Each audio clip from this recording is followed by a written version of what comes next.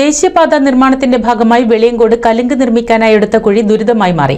സമീപത്തെ വീടിന്റെ ചുറ്റുമതിലിന്റെ ഒരു ഭാഗം തകർച്ചാ ഭീഷണി നേരിടുകയാണ്. മായിൻ മുസ്ലിയാറകത്ത് സലാഹുദ്ദീൻ മൂസയുടെ വീടിന്റെ ചുറ്റുമതിലിന്റെ 10 മീറ്ററോളം ഭാഗമാണ് തകർച്ചയിലായത്.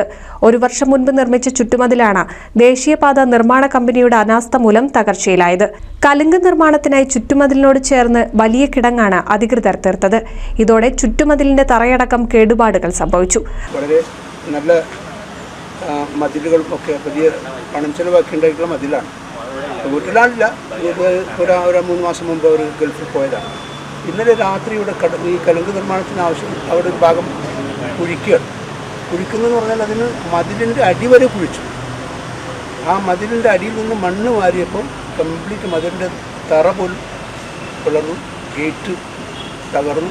നിങ്ങൾ കാണുന്നത് പോലെയുള്ള എല്ലാ വിള്ളലുകളും ഉണ്ടായി. കംപ്ലീറ്റ് ആ ഭാഗം മുതൽ കംപ്ലീറ്റ് തകർന്നിരിക്കുകയാണ്.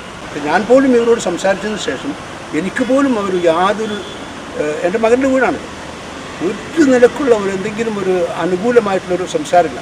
ഞങ്ങൾ നോക്കാം, കാണാം, പറയാം എന്നെല്ലാം സംസാരിക്കല്ലാതെ ഒരു നിലക്കും അത് ഞങ്ങളത് പൂർണ്ണമായും ഞങ്ങൾ ചെയ്തു തരാം, ഞങ്ങളുടെ തെറ്റാണെന്ന് സമ്മതിക്കാൻ തയ്യാറുണ്ട്.